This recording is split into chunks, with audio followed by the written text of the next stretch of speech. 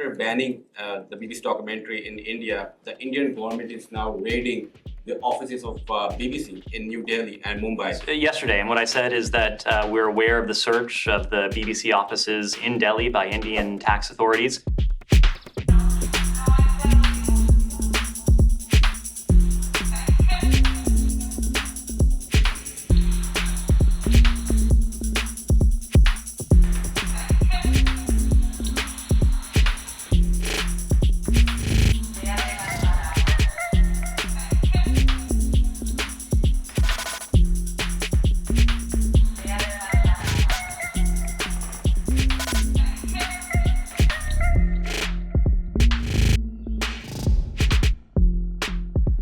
After banning the BBC documentary in India, the Indian government is now raiding the offices of BBC in New Delhi and Mumbai.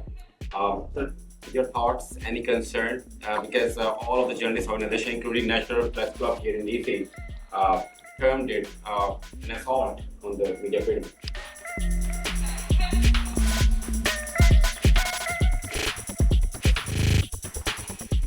Yesterday, and what I said is that we're aware of the search of the BBC offices in Delhi by Indian tax authorities. I'm going to have to refer you to the government of India for any further information about this. The broader point, without speaking specifically to this search, is that we support the importance of free press around the world.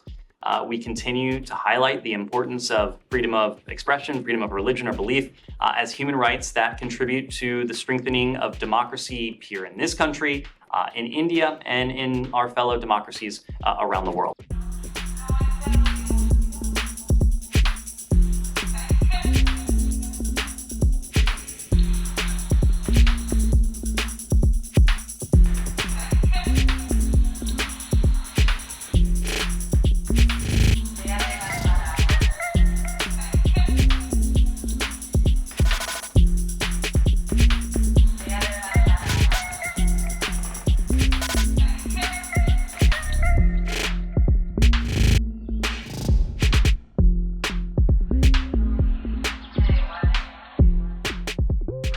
BBC just released a documentary on Modi, on how he had butchered, and the report was just released. It was a government report.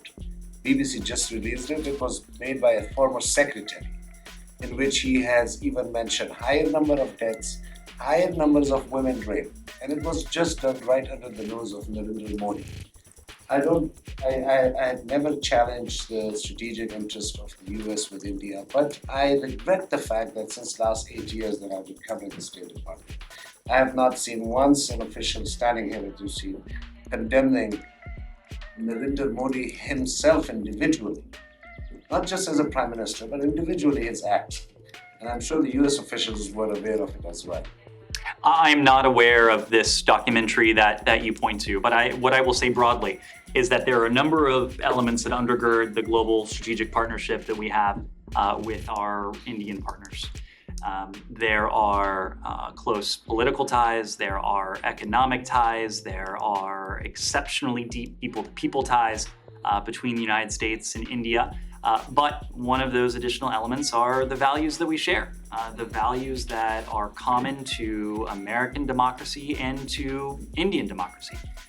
India, of course, is the world's largest democracy. It's a vibrant democracy, and again, we look to everything that ties us together, and we look to reinforce all of those elements that tie us together. So my godfather is an Indian as well, by the way. So I have all the respect for India. Don't get me wrong, but I just regret the fact that how is it possible that the State Department officials who were posted there at that time did not know that this individual is a former chief minister. It happened right under his nose. 2,000 people were burned alive.